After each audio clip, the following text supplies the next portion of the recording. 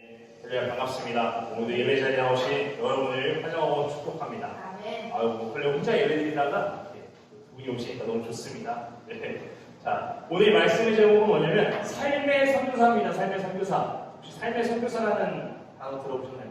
처음 들어보시죠? 네. 그리고 물론 이제 선교사는 들어보셨죠? 좀 익숙한 단어입니다. 근데 좀 저도 그렇고 아마 지사님과 선생님도 거부감이 드는 단어이기도 할 거예요. 선교사라는 단어가.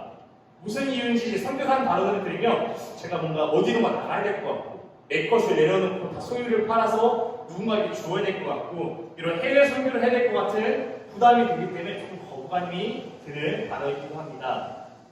그러면 이제 오늘 말씀의 제목을 삶의 선교사라고 정했습니다. 이 말씀을 듣다 보면 그 삶의 선교사 이유를 정한 이유가 있고 또 오늘 선교에 대한 이야기를 나누려고 합니다. 벌써부터 조금 어려운 단어가 느껴질 수 있는데 굉장히 쉽게 전하려고 하니까 잘 들어주시기 바랍니다. 먼저 제목을 삶의 선교사라 지은 이유는 저도 여러분도 꼭 말씀 전하는 저뿐만이 아니라 오늘 두 분도 삶의 선교사이기 때문입니다. 우리의 각자의 삶에 보내진 선교사가 있어 삶의 선교사입니다. 이렇게 얘기하면 이제 누가 나를 보내는데 누가 나를 보냈고 누가 나를 세웠는데 이런 생각이 드실 텐데 이제 오늘 말씀을 통해 우리를 보내신 이가 누구이시며 또 우리를 왜 보내셨는지 또 우리는 왜 삶의 선교사이며 또 선교사로 왜 살아가야 하는지 말씀을 통하여 들려주기를 소망합니다. 가장 먼저 우리는 우리가 누구인지를 알아야 됩니다. 정체성에 대해서 알아야 돼요. 정체성을 모른다면 그냥 껍데기일 뿐입니다. 내 안에 있는 중심, 내가 누구인지 참된 것을 알아야 됩니다. 그럼 우리는 누구입니까? 물론 내 이름도 있죠. 참 한청입니다. 그렇지만 제가 말하고 싶은 것은 우리의 정체성, 우리는 누구이냐? 하나님의 자녀라는 것입니다. 하나님의 자녀는 단순히 나아져서, 단순히 만들어져서 있는 존재가 아닌 그것을 뛰어넘어서 부모로부터 사랑을 받아야 되고요. 자녀가 된다는 것은 부모로부터 사랑을 받아야 되고요. 또 축복받아야 될 대상이라는 것입니다. 그래서 이제 우리는 이제 하나님의 사랑을 경험하고 하나님의 축복을 받아야 할 하나님의 자녀라는 것입니다.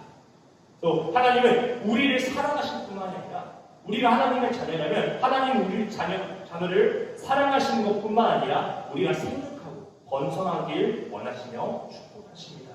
그렇다면 제가 질문 드릴게요. 두 분은 하나님의 자녀가 되길 원하십니까? 아멘이십니까? 네. 우리가 믿음으로 고백할 때 저도 여러분도 진정으로 하나님의 유튜브 실시간으로 예배드리신 분들도 하나님의 자녀가 되시는 줄 믿습니다. 이것은 이제 단순히 저의 말이 아닙니다. 듣기 좋으라는 말이 아니라 말씀에 기록되어 있습니다. 말씀을 통해 우리는 하나님의 사랑, 우리를 사랑하시는 하나님의 은혜를 알 수 있습니다. 그러니까 요한복음 3장 16절과 마태복음 1장 21절 말씀 함께 읽도록 하겠습니다. 요한복음 3장 16절 시작. 하나님이 세상을 이처럼 사랑하사 독생자를 주셨으니 이는 그를 믿는 자마다 멸망하지 않고 영생을 얻게 하려 하십니다. 마태복음 1장 21절 아들을 낳으니 이름을 예수라. 이는 그가 자기 백성을 그들의 죄에서 구원할 자이심이라. 말씀을 보니까요. 하나님은 우리를 사랑하셔서 우리를 위해서 예수 그리스도를 이 땅에 보내셨습니다. 즉 예수 그리스도를 보내신 이유는 우리를 사랑하시는 것입니다. 사랑하시기 때문에 보내신 것입니다. 그리고 그 우리를 사랑하셔서 보낸 예수 그리스도가 우리를 구원할 자, 우리의 구원자라고 말씀에서 말하고 있습니다. 구원은요 그냥 완성되지 않았습니다. 물론 아직 구원에 대해서 와닿지 않을 수 있습니다. 그렇지만 구원, 우리가 지옥에 갈 인생들이 천국을 소망할 수 있는 것, 우리의 삶이 지옥 같으나 하나님을 믿을 수 있는 것, 이것은 그냥 우리의 힘으로, 우리의 능력으로 완성된 것이 아니라 예수님이 이 땅에 오셨기 때문에 약 2000년 전에 오셔서 십자가에 달려서 피 흘리셨기 때문에 우리의 구원의 길이 열렸습니다.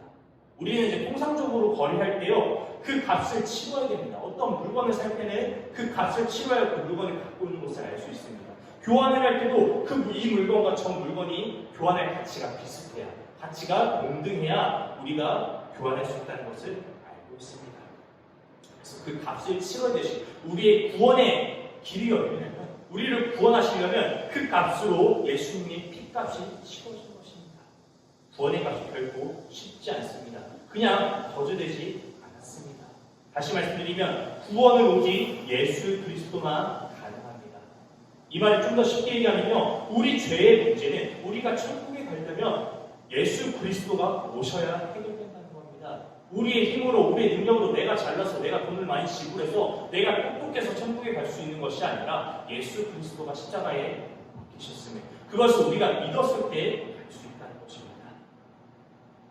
또 한편으로는 이렇게 할 수 있어요. 값을 치러야 된다고 했잖아요. 우리가 지옥에 가지 않으려면, 우리가 구원받으려면 하나님께서 예수 그리스도를 보내셨습니다. 예수 그리스도의 피값을 치를 만큼 하나님은 우리를 사랑하셨다는 것입니다. 예수 그리스도를 보낼 만큼 얼마나 사랑하셨는지 우리는 알 수 있습니다. 여러분과 저는 그만큼 하나님 앞에 존귀한 자녀입니다. 하나님께 사랑받는 존재이고 축복받는 존재라는 것입니다. 우리가 이 사실을 믿을 때 오늘 성경에서 말합니다. 영생을 얻을 것이다. 멸망치 않고 영생을 얻을 것이다. 오직 믿음을 통해 우리는 하나님의 자녀가 되며 구원받는 줄 믿습니다. 이것을 복음이라고 말합니다.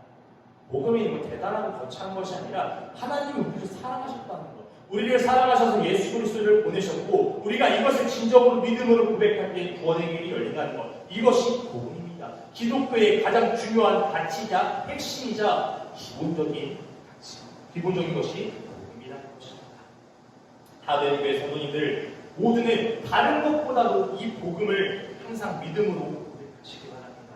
이 복음을 가지고 산속에서 기약하며 살아가길 축복합니다. 다시 여쭙겠습니다. 오글거릴 수도 있고 인정하고 싶지 않을 수도 있습니다. 우리는 하나님의 자녀임을 정말로 믿으십니까? 입술로 고백하지 않더라도 우리의 마음으로 하나님의 자녀가 되기를 원하십니까? 네. 여러분은 하나님의 자녀이며 하나님의 자녀로서 살아가야 함을 다시 한번 말씀드립니다.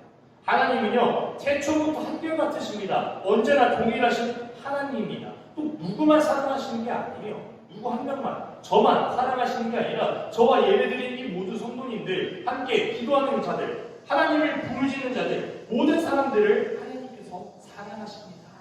그래서 우리가 믿음으로 고백할 때, 믿음으로 고백하는 자의 하나님이심을 믿으시기 바랍니다. 그런데 이제 성경에 보니까요, 이 하나님, 모두의 하나님, 전지전능하신 하나님, 어디든 계시며 여기 오늘도 임하시는 하나님을 부정하는 사람들이 있습니다.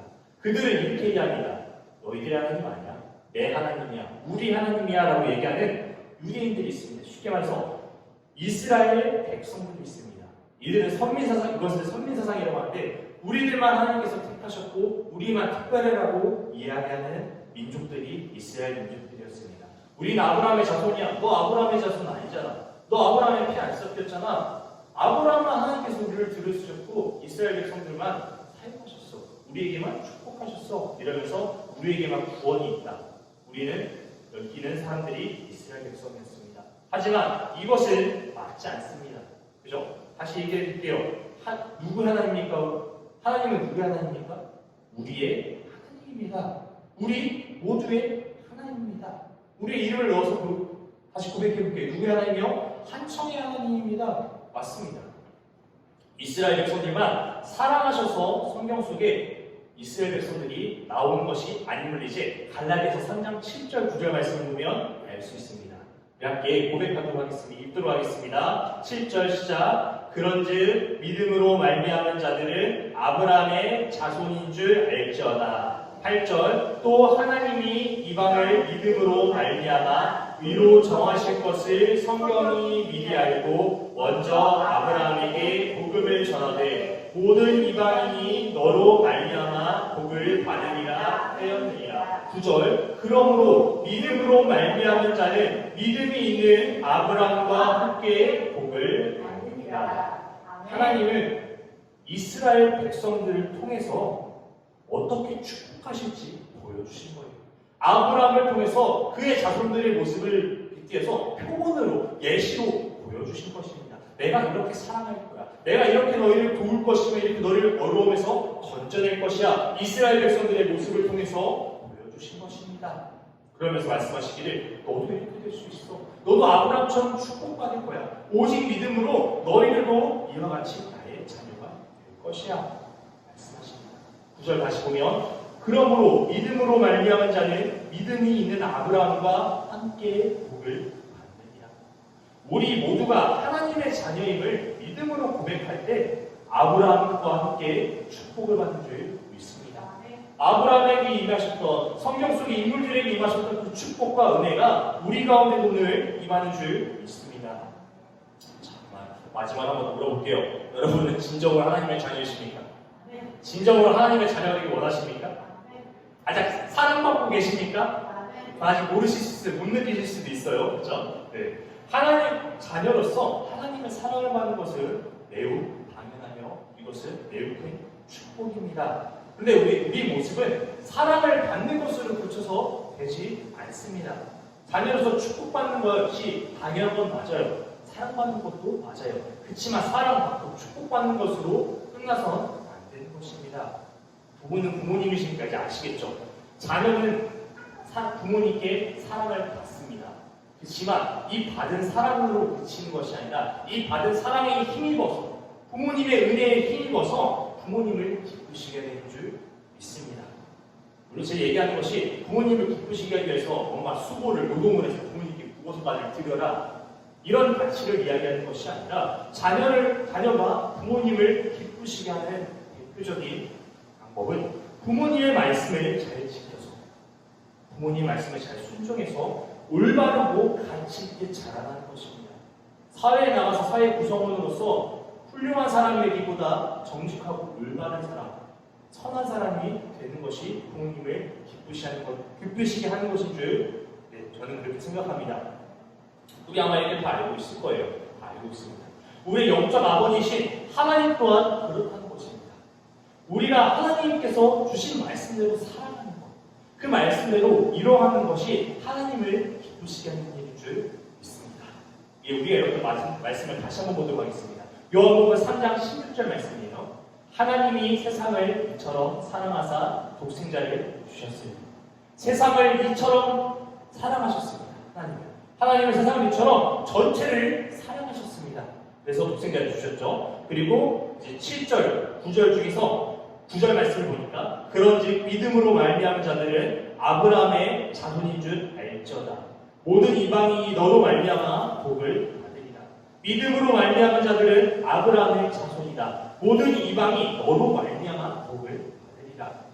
지금 제가 이야기하고 싶은 것이 무엇이냐면 누구 특정만, 누구 한 사람만 지정한 것이 아니라 하나님은 모두를 사랑하셨고 모두에게 구원의 길을 열어주셨으며 이것이 모두에게 전파되기를 원하심을 말씀에서 나타내고 있습니다. 조금 더 자세히 읽어볼게요. 이것을 좀 더 하나님 원하시는 것을 직설적으로 얘기하는 성경 구절 읽어보겠습니다. 디모데전서 2장 4절 말씀입니다. 함께 읽어볼게요. 하나님을 모든 사람이 구원을 받으며 진리를 아는 데에 이르기를 원하시느니라. 아멘. 하나님을 모든 사람이 구원받고 진리를 아는 데 이르기를 원하십니다.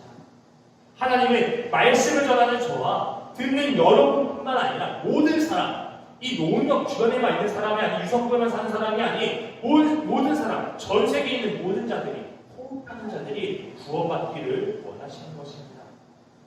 그래서 하나님의 소원이 무엇이냐? 모든 사람에게 하나님을 전하는 것. 그 전함을 통해서 그들이 하나님을 알고 하나님을 믿음으로 고백해서 구원받는 것.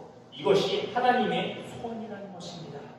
하나님이 믿어지도록 우리가 믿게 할 수는 없어요. 우리가 구원시킬 수 없습니다. 믿게 하는 것, 하나님을 믿음으로 고백할 믿음이 주어지는 것과 그리고 구원받는 것은 하나님이 하시는 일입니다. 하나님만이 하실 수 있는 일입니다. 그렇다면 우리가 무엇을 할 수 있을까요? 우리가 해야 할 일은 하나님을 전하는 것입니다. 우리는 하나님을 전하기만 하고요. 씨를 뿌려요. 농부가 씨를 뿌립니다. 우리는 씨를 뿌릴 수 있습니다. 그렇지만 자라나게 하는 것, 열매를 거두게 하는 것은 하나님께서 하시는 일이라는 겁니다. 또 우리는 믿게 하는 것이 우리가 구원시키는 것이 아니라 다른 이들을 전하는 것입니다. 우리가 전하며 나갈 때 하나님께서 그들에게 믿음을 더하시고 구원하시는 것입니다. 그래서 우리는 하나님의 자녀로서 하나님의 소원을 이루어드리는 것입니다. 부모를 기쁘게 하는 것입니다. 그러므로 하나님이 원하시는 것, 하나님을 전하는 것입니다. 전하는 것으로 살아가야 되는 줄 믿습니다. 그래서 우리가 하나님의 소원을 이루어드려야겠죠. 이제 선교라는 단어가 이제 나올 겁니다. 전도와 선교가 나갈 겁니다. 근데 아까 말씀드린 것처럼 선교라는 단어 들면 참 마음이 어렵습니다. 마음이 어려워요. 전도라고 하면요, 당장 길거리 나가서 우리가 전도지 듣고 예수 믿으세요, 예수 천나 보신지요 외쳐야 될 것 같습니다. 또 선교라고 하면 나의 모든 것을 내려놓고 나의 소유를 팔아서 내가 타지 아니면 이름도 모르고 오지로 나가서 뭔가 말씀을 전해야 할 것 같은 그런 부담감들이 있기 때문에 참 마음이 어렵습니다. 그러나 전도와 선교는 이것만이 전도와 선교가 아니라는 것입니다. 꼭 예수 믿으세요 외치면서 길거리로 나아가는 것과 해외 선교사도 파송받는 것도 전도와 선교는 맞습니다. 그렇지만 이것은 전도와 선교의 하나의 방식이지 전도가 아니라는 것입니다. 먼저 전도와 선교의 사전적 의미를 말씀드리면, 전도는 그냥 말 그대로 전하는 겁니다. 도를 전함. 그리고 선교는 종교를 선전하여 널리 알립니다. 그래서 기독교의 의미를 알리고 기독교의 도를 전하는 것이 전도와 선교입니다. 조금 어렵습니다. 좀 더 쉽게 이야기해 볼게요. 전도나 선교는 그냥 하나님 우리를 얼마나 사랑하셨는지, 사랑하셔서 내 삶에 어떻게 역사하셨는지, 나와 어떻게 하셨는지, 그리고 내가 예수 그리스도를 어떻게 믿게 되었는지 그것을 전하는 것입니다. 꼭 성서학적으로, 신학적으로 어렵게 풀어내서 전하는 것이 전도가 아니라, 선교가 아니라 내 삶에 임하신 하나님, 나와 경험하신 하나님을 보여주고 전하는 것이 전도이자 선교라는 것입니다. 네. 근데 이렇게 얘기하기가 좀 쉬운 것 같은데도 아이고 부담스럽습니다. 왜? 내가 하나님을 어떻게 경험했지? 내가 하나님을 언제 만났지? 내가 경험한 하나님, 내 삶 속에 임하신 하나님을 우리가 잘 모르기 때문입니다. 어떻게 보면 경험하지 못했다고 느꼈을 수도 있습니다. 그러니까 어떻게 해야 되는지, 무엇을 전해야 될지는 알겠지만, 내가 경험한 하나님을 전해야 되는 것은 알겠지만, 내가 경험한 하나님이 무엇인데 그것을 알지 못하는 것을 전하려니까 얼마나 어렵겠습니까? 그래서 저는 오늘 말씀 듣는 여러분 가운데 하나님의 임재하심을 경험하길 축복합니다. 우리가 선교사로서, 삶의 선교사로서 나가기 전에, 전도하기 전에 먼저 하나님의 임재를 경험하셔서 그 경험하심을 전할 수 있는 여러분이 되길 축복합니다. 결국 근데 뭔가 계속 제가 뭘 해야 됩니다 하니까 우리의 힘으로 해야 될 것 같잖아요. 그렇죠? 결국 내가 내 힘으로 져야 될 것 같죠? 그러나 성경에서는 우리의 힘으로 감당한 것이 아니라고 말합니다. 우리 사도행전 1장 8절 말씀 함께 읽도록 하겠습니다. 8절 시작. 오직 성령이 너에게 임하시며 너희가 권능을 받고 예루살렘과 온 유대와 사마리아와 땅끝까지 이르러 내 증인이 되리라 하시니라. 아멘. 이 말씀을 예수님께서 이제 하늘로 올라가시면서 제자들에게 명령하신 거예요. 너희는 이제 예루살렘과 온 유대와 사마리아 땅끝까지, 한마디로 전 세계 땅 있는 끝까지 가서 내 증인이 되라. 내가 이 땅에 내려왔고 십자가에 달렸으며 3일 만에 부활했고 그러므로 너희가 구원을 얻었고 다시 하늘에 올라갔으며 이것을 믿으면 구원받으면 너희는 전해라. 내 증인이 되라 말씀하시는 겁니다. 근데 이제 이 말씀을 읽으면 우리 보통 기억해. 증인이 되어야 되겠구나. 내가 증인을 해야겠구나. 예수님을 증거해야겠구나. 이렇게 기억합니다. 근데 이제 정말 중요한 것은 증인이 되라가 아니라 그 앞구절에 있습니다. 다시 읽어보겠습니다. 8절 시작. 오직 성령이 너희에게 임하시면 너희가 권능을 받고, 여기까지 읽어볼게요. 오직 성령이 너희에게 임하시면 너희가 권능을 받고. 예수님께서 하늘로 올라가시면서 우리에게 성령님을 보내셨습니다. 성령님. 예수님이 하늘 올라가시면서 예수님이 땅에 없으시니까 우리를 위해서 성령님을 보내셨어요. 그러니까 우리가 증인이 되는 것, 성령님이 임하셨을 때 가능함을 성경에 적혀 있습니다. 성령이 임하시면 너희가 권능을 받고, 성령이 우리 안에 임하시면 우리에게 능력이 생긴다는 거예요. 성령이 우리 안에 임하시면 예수 그리스도를 믿을 수 있는 믿음이 생깁니다. 내가 믿으려고, 알려고, 기억하려고 노력하고 공부해서 믿어지는 것이 아니라 성령이 임하시면 믿을 수 있는 믿음이 자라나는 것입니다. 그 믿음이 있었을 때 성령이 임하시면 내가 이웃을 사랑할 수 있는 것이고요. 내가 내 자녀를 사랑할 수 있는 것, 내 부모를 공경할 수 있는 것이고, 이웃을 사랑하며 하나님을 전할 수 있는 것입니다. 오직 성령이 임하셨을 때, 성령이 임하시면 우리는 하나님의 은혜를 체험하고 우리가 하나님을 전할 수 있는 선교의 능력이 생기는 것입니다. 그래서 우리 안에 성령이 임하셔서 그 말씀을 전한 자로 여러분이 세워지길 축복합니다. 또 성령이 임하시면요, 우리가 어떻게 되냐면 하나님의 마음을 이해할 수 있어요. 성령이 임하시면 권능을 받아 예수님의 성품을 닮아가는 것입니다. 성령이 우리 안에 감동하실 때 하나님이 우리를 사랑하시듯이 다른 영혼, 다른 사람들을 사랑하는 마음이 생기는 것입니다.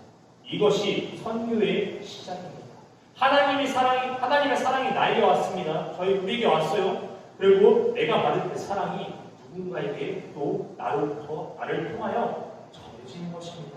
여러분, 이것이 선교입니다. 멀리 나가고 어디 멀리 가고 내려놓고 무엇을 팔고 그런 것도 선교일 수 있겠지만 그 모든 시작이 바로 하나님께 받은 나의 사랑, 그리고 그 사랑이 나를 통해서 흘러갈 때 내 물질을 흘릴 수 있는 것이고 나의 시간을 흘릴 수 있는 것이고 나의 마음을 흘릴 수 있는 것, 이것이 선교라는 것입니다. 너무 어렵죠? 쉽게 얘기해 볼게요. 이제 마음이 어려운 일이 있습니다. 내 주변에 마음 어려운 사람 보일 거예요. 분명 있습니다. 우리는 알고 있어요. 그들에게 전해서 위로 보내는 거예요. 힘들지? 괜찮아, 잘 될 거야. 내가 기도할게. 이것도 선교입니다. 최근 뉴스를 보니까 이제 장마로 인해 수해를 입었더라고요. 그 어려운 이웃을 당한 이웃들을 위해 섬기는 것, 그것 또한 선교입니다. 또 좀 더 간단하게 가볼게요. 맛있는 음식 있죠? 맛있는 음식 있으면 생각나는 사람도 있을 겁니다. 그들에게 음식을 나누는 것, 이것 또한 선교입니다. 꼭 예수를 믿으세요라고 내 입술로 고백하는 것이 선교가 아니라 내가 받은 사랑, 내 마음에 있는 감동, 그것을 하나님의 이름으로, 예수님의 이름으로 전하는 것이 선교라는 것입니다. 또 간접적인 선교도 있어요. 타인을 위해 기도하는 것입니다. 나의 부모를 위해 기도하는 것입니다. 나의 자식을 위해 기도하는 것이고요. 나의 남편과 나의 아내, 직장, 동료들을 위해 기도가 필요한 자들, 기도를 해야 하는 자들을 위해 기도하는 것 또한 선교라는 것입니다. 그들에게 예수님의 마음으로, 하나님께서 나에게 주신 사랑으로 그들의 이름, 예수님의 이름으로 부르면서 그들을 축복하고 기도하는 것입니다. 또 물질의 선교도 있습니다. 여러분을 포함해서, 부부를 포함해서 하나님 교회가 세워질 때 많은 도움을, 물질적인 후원을, 헌금을 주셨습니다. 많은 분들이 있습니다. 이것은 단순히 한 천 보고 주신 것이 아닙니다. 한 천 잘 먹고 잘 살으라고 주신 것이 아니라 한 천 정도 좋은 거 사입으라고 주신 것이 아니라 이곳이 세워짐으로 인해 이곳에서 날마다 예배가 드려질 것이고 말씀이 선포될 것이고 또 그러므로 이웃을 사랑하고 사랑을 전하며 하나님의 소원을 이루어드릴 교회가 세워질 것이기 때문에 그 가치를 바라보시기 때문에 이 교회에 세워진 것에 동참하신 줄 믿습니다. 이것 또한 선교입니다. 제가 말하지 않았지만 하나님의 선교는 너무나도 많습니다. 왜 많은가 하면 우리를 통하여 한 사람 한 사람, 그 두 분이 있죠. 이 두 분에게도 통해서 하나님께서 일하실 일이 너무나도 많기 때문입니다. 하나님께서 역사하실 일이 너무 많기 때문에 다양한 선교들이 있습니다. 크게 보였을 때 특정한 나라에 대한 비전이 있어요. 내가 꼭 말레이시아를 가야겠다. 동남아를 가서 그냥 선교해야겠다. 그런 비전과 마음 감동을 주신다면 그곳에 가는 선교사로 세워지면 됩니다. 또 예를 들어서 내가 청년을 대한 미래 아이들에 대한 열정이 있습니다. 그럼 그들을 위해 섬길 수 있는 삶의 선교사로 세워지는 것입니다. 아니면 내 가정을 보면서 내가 내 자녀들을, 내 부모를, 내 가족을 하나님을 알고 인해 함께 서로 사랑하며 살아가겠다. 그 마음에 대한 꿈이 있고 감동이 있다면 그들의 선교사로, 우리 가족의 선교사로 살아가는 것입니다. 그래서 내가 있는 자리에서 나의 사랑, 내가 받은 하나님의 사랑을 전하며 삶의 선교사로 살아가는 것입니다. 하나님은 절대 이제 비장하고 거대한 것을 원하시지 않습니다. 아버지이신 하나님이 자녀된 우리에게 원하시는 것은 삶의 선교사로 살아가는 것입니다. 물론 우리는 이제 뭐 감리교단이나 장로교단에서 파송받은 선교사가 아닙니다. 그럴 자격은 없습니다. 그렇지만 그 교단보다 크신 하나님, 그 교단보다 더 넓고 크신 분이 하나님인 줄 믿습니다. 그분이 우리를 부르셨다는 거예요. 교단이 우리를 부르지 않았더라도 하나님, 더 높으시고 전지전능하신 주체이신 하나님이 우리를 부르셨다는 것입니다. 그런 부름이 있다면 마음에 순종하시기 바랍니다. 오늘 말씀을 들으면서 행복한 사람이 있을 거예요. 전하고 싶은 사람, 따뜻한 말 한마디 전하고 싶은 사람 있을 것입니다. 내 자녀가 될 수도 있고 나의 친구가 내 것이 될 수 있고 서로가 될 수도 있습니다. 그렇게 우리가 그 부르심에 순종할 때 순종하는 삶이 우리의 자리입니다. 다시 말씀드리면 나의 주변에 있는 가족, 친구, 동료 이 모두가 하나님의 선교의 대상자입니다. 이제 말씀 마지막으로 요한복음 20장 21절 함께 읽도록 하겠습니다. 시작. 예수께서 또 이르시되 너희에게 평강이 있을지어다. 아버지께서 나를 보내신 것 같이 나도 너희를 보내노라. 부활하신 예수님께서 하늘로 올라가시면서 또 말씀하십니다. 아버지께서 나를 이 땅에 보내셨던 것처럼 나도 너희를 이제 보낼게.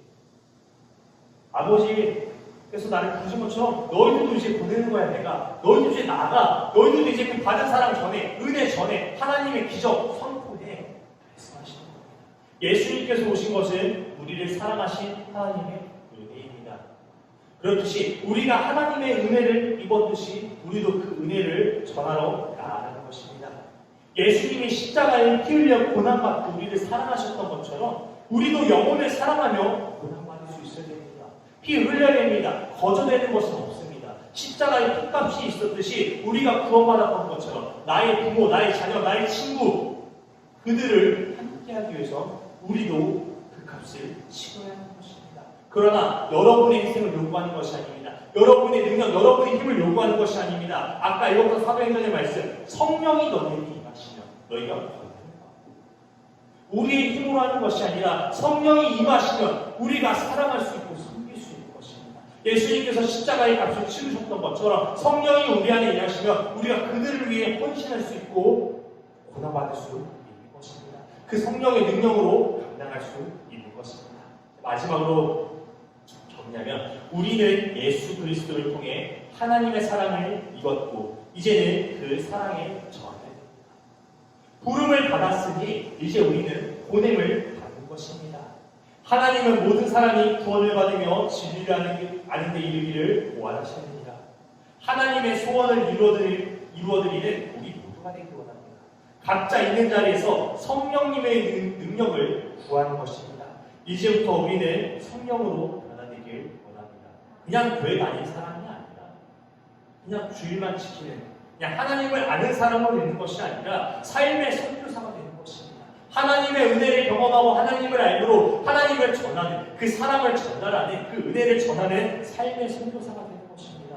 그렇게 각자의 자리에서 오늘부터 삶의 선교사로 시작하시길 소망합니다.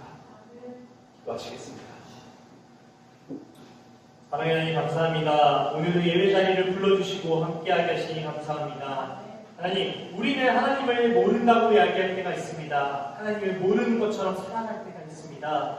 그렇지만 돌아보면, 찾아보면 하나님께서 함께하셨던 순간들이 너무나도 많은 줄 믿습니다. 우리가 그 은혜와 그 사랑을 기억하게 해주시옵소서. 우리가 그 사랑과 은혜를 기억하실 때 더 많은 은혜와 사랑을 더하시는 줄 믿습니다. 우리가 그 은혜를 전달하며 그 축복을 나눌 때 우리 삶 가운데 축복과 은혜를 더하시는 줄 믿습니다.